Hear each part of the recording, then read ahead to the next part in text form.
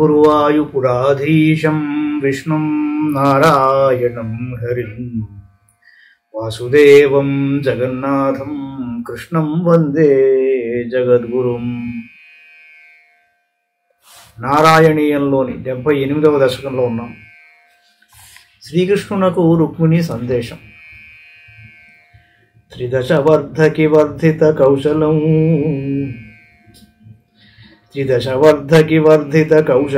త్రిదశ దత్త సమస్త విభూతిమతు జలధి మధ్యగతం త్వమభూషయో నవపురం వపురం చితరోచిష. స్వామి, దేవతల శిల్పి అయిన విశ్వకర్మ తన సామర్థ్యమునంతయు కూడగట్టుకొని ద్వారకా పట్టణాన్ని నిర్మించాడు. దేవతలు ఆ పట్టణమును వివిధములైన సంపదలతో వెలుసిల్లజేశారు. సముద్ర మధ్యమందున్న ఆ నూతన పట్టణము నీ దివ్య శరీర కాంతి పుంజముతో ఎంతో శోభిల్లింది. దదుశిరేవత భూభృతిరేవతీం హలభృతే తనయాం విధి శాసనాత్ మహితముత్సవఘోషమవుపూపుషః సముదితైర్ముదితైః సహ యాతవై.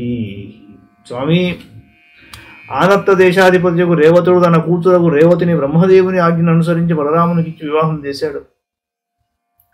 అందువలన నీవు తోడి యాదవులందరితో కలిసి గొప్ప ఉత్సవం జరిపించావు.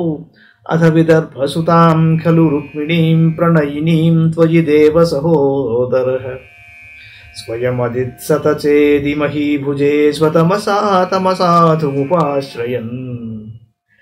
విదర్భరాజు కూతురగు రుక్మిణికి నీపై మిక్కిలి మక్కువ ఉన్నది. కానీ ఆ రుక్మిణి యొక్క సోదరుడైన రుక్మి తన అజ్ఞానము వలన దుర్మార్గుడైన శిశుపాలుని ఆశ్రయించి ఉన్నాడు. అందువలననే అతడు తన చెల్లెలకు రుక్మిణిని చేదిరాజకు శిశుపాలనకు ఇచ్చి వివాహం చేయాలని సంకల్పించాడు. చిరధృత ప్రణయ్యా త్వయి బాలికా సపది కాంక్షిత భంగ సమాకుల తవ నివేదయితుం ద్విజమాదిశత్స్వ కథనం కవి నిర్మితం. చాలా కాలం నుండి నిన్నే ప్రేమించుచున్న రుక్మిణికి తన సోదరుడు చేయుచున్న ప్రయత్నము వలన తన కోరిక భగ్నమగునని తోచినది.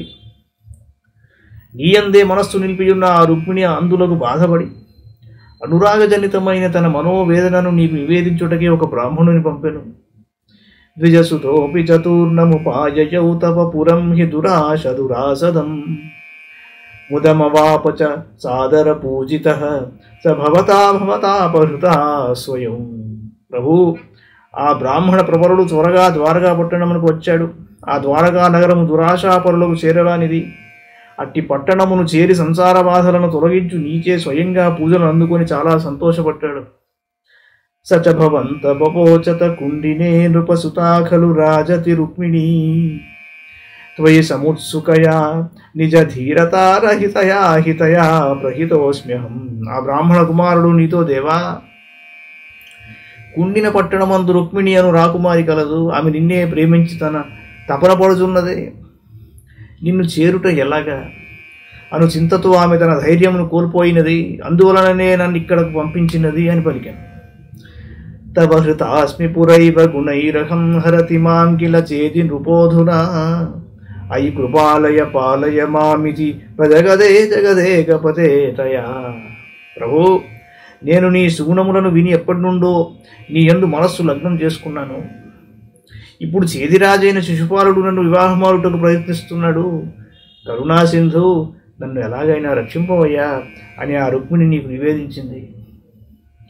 అశరణాం యది మాం త్వముపేక్షసే సపది జీవితమేవ జహామ్యహం ఇతి గిరా సుతనోరతనోద్భృశం సుహృదయం హృదయం తవ కాతరం.